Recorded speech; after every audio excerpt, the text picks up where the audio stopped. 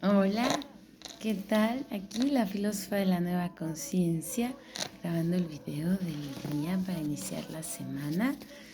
Se nos juntaron lunes y martes, porque ayer fue un día muy completo y sobre todo por la tarde descansé muy profundamente y estoy también recuperando un poco la salud. Y entonces reservé para esta noche unas reflexiones que he venido acariciando desde el fin de semana porque les he querido platicar sobre Friedrich Nietzsche. Y escribo algo en el blog al respecto, pero en particular quería hoy compartirles en filosofaconciencia.blogspot.com, Tortuga Mágica soy, la genealogía de la moral y el nacimiento de la tragedia. El nacimiento de la tragedia es un libro precioso porque sin importar el simbolismo que se puede encontrar de la mitología griega cuando se hace alusión a Apolo y a Dionisio, lo que hace el filósofo alemán es darle un giro totalmente a aquello que se llaman los grandes cánones del orden, de las disciplinas férreas.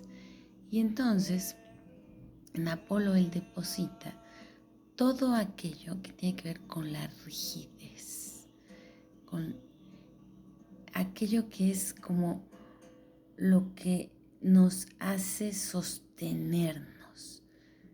En términos freudianos, tendría algo que ver con el superyo, para quien esté familiarizado. Y si no, eso lo vamos a platicar mañana, porque a mí me encanta hablar de Freud. Pero hoy vamos a ocuparnos del nacimiento de la tragedia y de todo aquello que es nuestros grandes ejemplos e imposiciones y exigencias, nuestras grandes exigencias. En cambio, en Dionisio, en lo dionisiaco, está todo lo que tiene que ver con los grandes placeres. Una vez más, en términos freudianos, podríamos decir que es el ello. Y ahí vamos a dejar a Freud para hacer un rescate de ese texto precioso que es el yo y el ello. Mañana espero que tenga tiempo para llegar tan lejos. Y sin embargo, en el caso de Nietzsche, no hay una represión, sino que es todo lo contrario. O sea, viene todo lo suave, ¿no? En lo dionisíaco, los grandes placeres, pero muy asociados también a lo vital, ¿no? Al orden de la vida, en el disfrutar todo lo asociado con el gozo, con el goce, ¿no? Y de alguna manera, lo que él ahí descubre es que el hecho de conservar la rigidez sin dar lugar a todo aquello otro que es alegría, ¿no? O sea, llevar esa rigidez a privar la alegría, hace del ser humano un ser trágico. Y él lo combate profundamente y dice, pero pues, ¿por qué ser un ser trágico, verdad? La tragedia nace allí, pero en el presente, ya en su presente, su exhorto es a la voluntad de poder, pero el poder es el poder de la vida, el poder hacer, el poder afirmarnos con base en una no disociación. Y entonces ahí viene la genealogía de la moral. Ahorita no recuerdo cuál fue el primero y cuál fue el después de estos dos textos. Pero la genealogía de la moral, en cambio, con base ya en esta reflexión, siguiendo más bien lo que les quiero yo platicar, habla de cómo la moralidad pierde su riqueza, que es darnos todo lo que necesitamos y todos los valores que nos hacen fuertes para llevar a cabo obras buenas que eso lo vamos a dejar de lado, que es el bien y qué es el mal, que es la pregunta por excelencia en la filosofía de la moral Y para un filósofo siempre está abierta, ¿no? Por eso me gusta más si yo decidí dedicarme a la ética. Y entonces, precisamente la genealogía de la moral es un exhorto a decir, bueno, es que si nos hacemos todos homogéneos, en un canon también ajeno a nosotros, fuerte, pero no propio, nos volvemos un rebaño. Y él va desentrañando, y por eso es genealogía, como en la historia el ser humano, sin darse cuenta, renuncia a la moral de tantas maneras, sumido en la costumbre y o viceversa, pero que finalmente lo importante es que el ser humano se sepa dueño de sus actos, que entienda que en su diferencia hay una identidad. Entonces, él abre paso a toda una nueva era, ¿no? En el pensamiento occidental, y de alguna manera se puede ver conforme lo he expresado. Pero es precioso, les recomiendo mucho ambos libros. Y les recomiendo mucho que si quisieran un seminario o una guía, me busquen y nos organicemos para una masterclass, porque la filosofía hay que leerla así, muy despacio, con muchísima calma, párrafo por párrafo, hacer referencias. Es algo que por supuesto a mí me fascina. Y entonces sí, los invito a que nos organicemos y hagamos un seminario con base en una masterclass para ir más a fondo, al menos en estos dos textos. Y entonces, la invitación, yo justamente aquí tengo yo, cuando estudiaba filosofía, hice una planilla para el Consejo Técnico PERDI que se llamaba Amistad, Autonomía y Trabajo. Justamente es un poco esto, ¿no? Es decir, en la amistad está el vínculo fuerte entre los seres humanos, en la autonomía está esta identidad propia, y en el trabajo está la consecución de los fines, ¿no? De los haceres, y no ser el rebaño, y tampoco ser una persona trágica, porque la tragedia es un invento. Y eso yo lo digo en la imagen de la felicidad. Compren mi libro, lean mi libro. Y lo mismo, búsquenme para dialogar sobre el libro. Y en una relectura que ya hice una vez que tuve el ejemplar impreso por fin en mis manos, me da la impresión que se puede confundir esa frase. O sea, el libro creo que da en cada párrafo para expandirse, para tener unas otras versiones. Pero sería más lindo una lectura conjunta, también, no de seminario en ese caso, pero sí de un diálogo, ¿no? Con la autora. Sería maravilloso si están interesados, y si alguien ya leyó el libro, búsquenme. Y entonces, donde digo, es un invento, ¿no? Es una mentira, ¿no? Y me refiero a esto, y efectivamente siempre inspiradísima. Nunca lo trabajé tan a fondo, es decir, no lo he elegido para mis tesis, para mis investigaciones más profundas a Nietzsche, pero lo he leído más que a muchos otros filósofos y lo disfruto mucho. Pero como es algo muy personal, es alguien con quien me siento más en confianza. Ya saben que soy hegeliana, y entonces, bueno, es que con Hegel no, frente a Hegel no hay dos. Entonces, lo único que vamos a hacer es leer un poquito, así, muy al azar, primero de la genealogía, y a ver si alguien nos da el dato de qué se escribió primero, qué se escribió después, ¿verdad?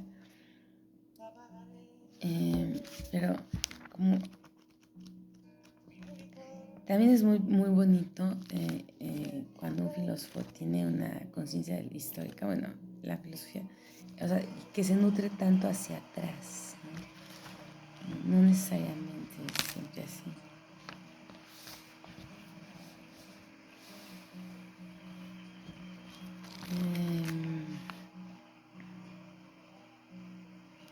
No, yo creo que se los recomiendo, porque aquí ahorita las páginas que encontré, tienen más que ver.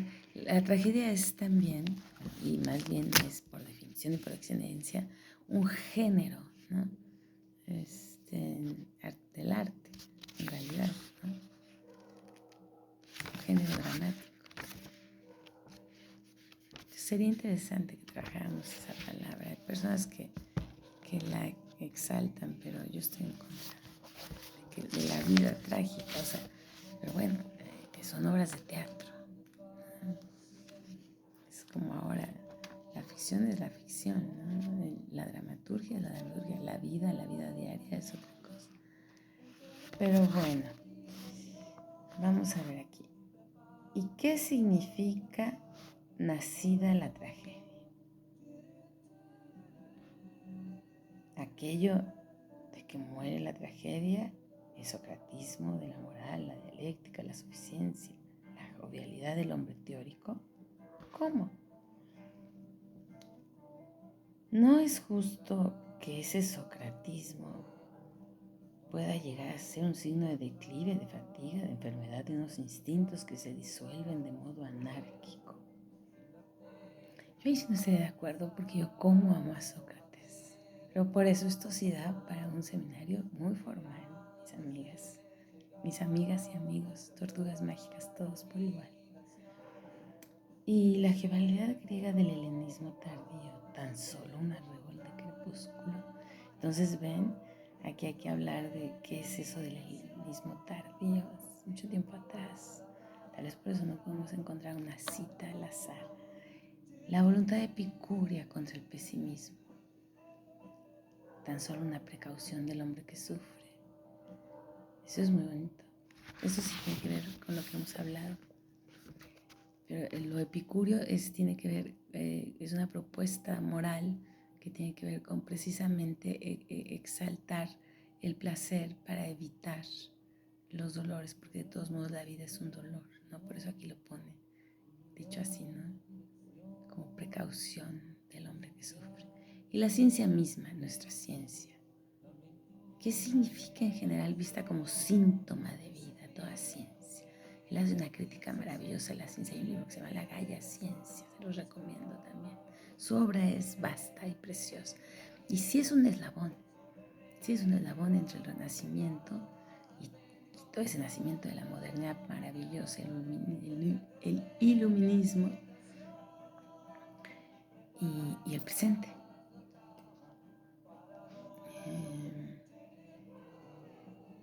¿Para qué, pero aún de dónde toda ciencia? ¿Cómo? ¿Acaso es el cientificismo nada más que un miedo al pesimismo? Entonces, eso también lo dice, Hegel también lo dice así. O sea, el saber debe procurar no ser edificante. Aquí dice, la ciencia debe procurar no ser un consuelo para los dolores tampoco, dice Nietzsche. Una escapatoria frente a él, frente al pesimismo. Una defensa sutil obligada contra la verdad. Porque él está buscando, los filósofos siempre buscamos la verdad. Y cada quien encuentra una respuesta diferente, con la conciencia cierta de que la verdad es inagotable. Ese es el punto de partida, saber que no hay respuesta. Y nunca dejar de buscar, pero sí encuentras una respuesta y es cuando haces tu propia filosofía. Entonces, bueno. Y de la genealogía de la moral, aquí ya tengo unas marcas por acá. Esto sí sería más... Aquí hace una crítica al cristianismo maravillosa. Y hay un libro que se llama El Anticristo, que es bellísimo también, se los recomiendo muchísimo.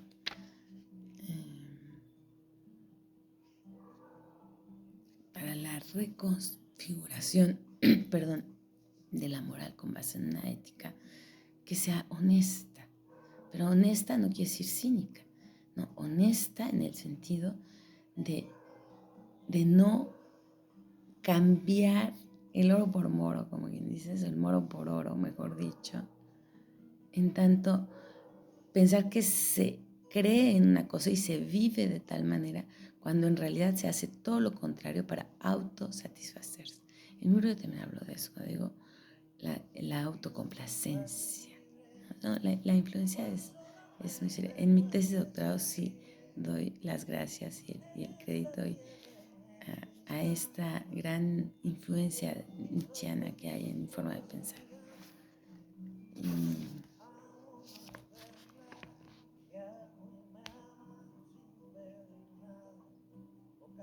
Entonces hay un dato. Bueno, aquí es difícil hacerlo así. Y eso que dicen que él escribe con aforismos. Lo estamos viendo que es totalmente falso porque con la filosofía es difícil encontrar una cita así. pero me gusta, hay una magia en abrir un texto, más en este espacio, ¿no? Este espacio virtual.